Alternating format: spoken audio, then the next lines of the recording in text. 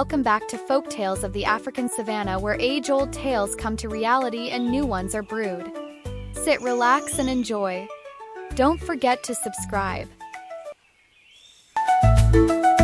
Elara and the Greedy Merchant.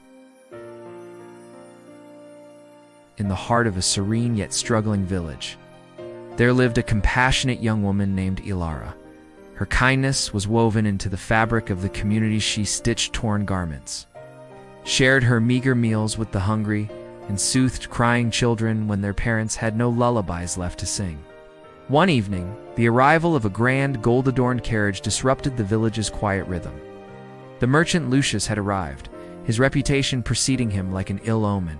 He was known far and wide, not for his skill in trade, but for his insatiable greed. His wealth was built upon the misfortunes of others, and his heart held nothing but hunger for more.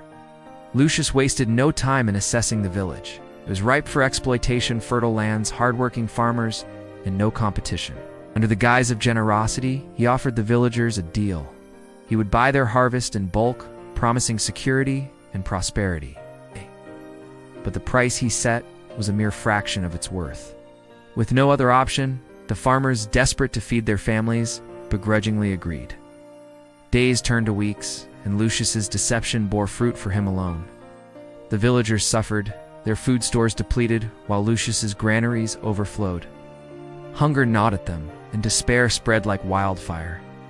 But where others surrendered, Elara stood firm.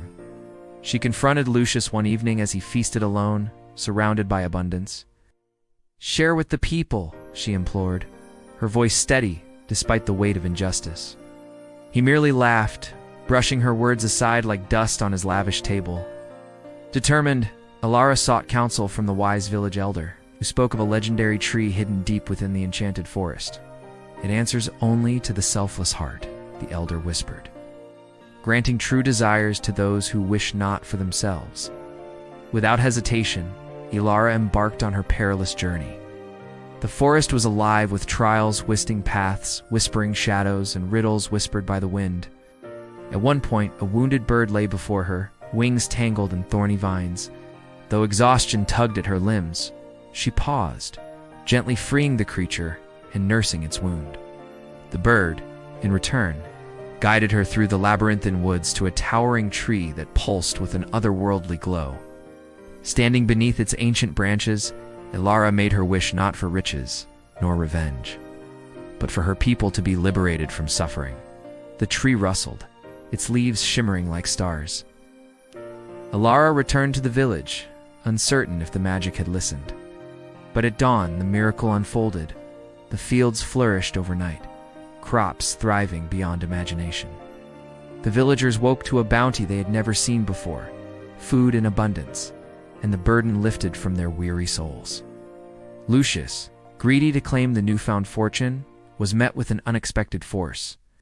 His deception unraveled before the villagers' eyes, and the magic seemed to turn against him. The wealth he had hoarded crumbled to dust in his hands. His reign was over, his name tarnished beyond redemption. Faced with the wrath of those he had wronged, Lucius fled, never to return. And so, Elara became more than a villager. She became a legend, her name carried through generations as a symbol of hope and unyielding kindness. The village, now prosperous and free, flourished under the lesson they had learned that greed withers and kindness blooms. And so, the tale of Elara and the merchant lives on, whispered under the shade of the magical tree, where selfless hearts still dare to dream. I hope you have enjoyed listening to the story. Keep being entertained by subscribing. Subscriptions make my day. Thanks for watching.